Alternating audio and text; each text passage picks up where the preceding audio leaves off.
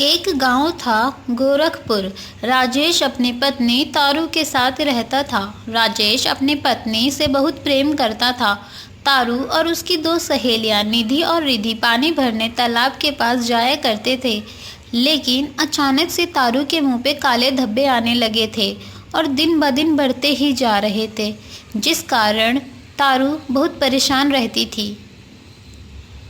सुन निधि यार, हम ना तारू के साथ तालाब में नहीं जाएंगे। उसके मुंह पे देखा है कितने काले धब्बे आ गए हैं, कहीं हमें भी ना हो जाए। अब तो दूर रहना पड़ेगा उससे, और तू भी दूर रही हो।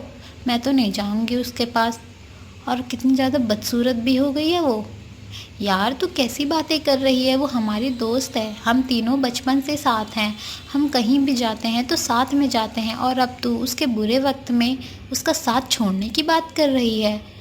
अरे बस धब्बे ही हैं यार, वो सही हो जाएंगे। अब से ऐसी बातें मत करियो, इससे हमारी दोस्ती पे फ़र्क पड़ता है। मैं उसको बुला लेती हूँ, फिर हम चलते हैं। फिर हम साथ में चलेंगे, ठीक है। निधि तारू को बुलाती है, तभी रिद्धि का मुंह बन जाता है। यार मैं नहीं जा रही हूँ, मैं अकेले जा रही हूँ। मैं नहीं जा सकती तारू के साथ। बस रिद्धि वहाँ से अकेले चली जाती है। ऐसे ही तारू के साथ कोई भी अच्छे से बात नहीं करता। ऐसे ही हर दिन चलता रहता। एक दिन रिद्धि और निधि तालाब से पानी लेकर आते हैं। तारू देख लेती है, लेकिन उन्होंने तारू को बुलाया ही नहीं होता। तारू को बहुत बुरा लगता है। अब तारू अकेले जाती है और तालाब के पास बैठकर खुद से दुख बांटने लग जाती है। मेरे साथ ही क्यों ऐसा होता है? इसमें तो मेरी कोई गलती भी नहीं। मेरे मुंह पे ऐसे काले धब्बे हैं, इसका मतलब ये थोड़ी ना कोई मुझसे बात करेगा तो उसके भी हो जाएंगे। पर मैं करूँ तो करूँ क्या? सब मुझसे दूर जा रहे हैं और मुझसे कोई ढंग से बात ही नहीं करता। तारू उदास होकर खुद से बातें किए ही जा रही थी, तभी उसका मटका अचानक से तालाब में गिर जाता है। तभी जल माता प्रकट होती हैं और कहती हैं, तुम कौन हो बेटी? तुम तो बहुत सुंदर हो। तुम इतनी दुखी क्यों हो? तुम्हें क्या परेशानी है? मैं तुम्हारी मदद कर देती हूँ कुछ। माता रानी, मेरे मुंह पे अचानक काले धब्बे आ गए हैं। मेरी कोई भी परेशानी सुनने वाला नहीं है, इसलिए मैं यहाँ रो रो के खुद का दुख बांट रही हूँ।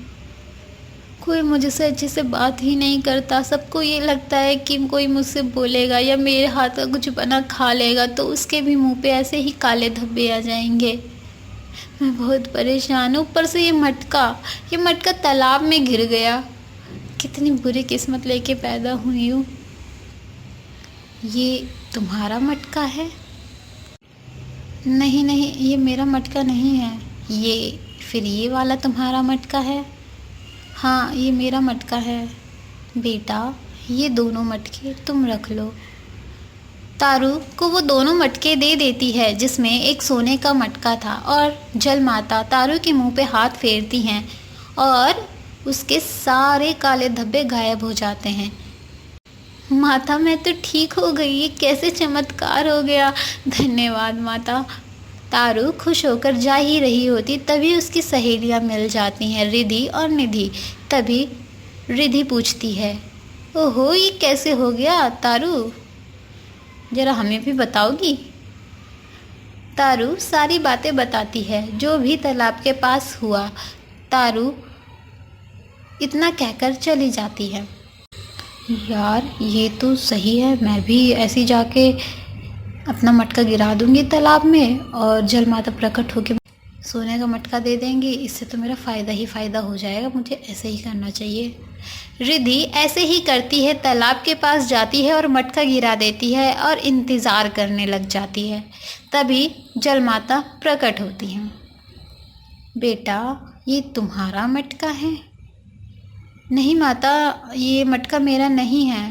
फिर ये तुम्हारा मटका है? हाँ माता, ये वाला मेरा मटका है। जल माता उसे मटका दे देती हैं। तभी रिद्धि बोलती है, माता, मुझे सोने का मटका तो दो। मैंने तुम्हारा मटका दे तो दिया पुत्री, मतलब आशीर्वाद तो दे दो। जल माता उसे हाथ लगाते हैं और उसे काले धब्बे हो जाते हैं। अरे ये क्या हो गया? ये तुम्हारे कर्मों का फल है। जैसे तुमने तारू के साथ किया वैसे तुम्हारे साथ होगा। तुम लालची और घमंडी हो। इतना कहकर जल माता गायब हो जाती हैं और रिद्धि को बहुत पछतावा और दुख होता है।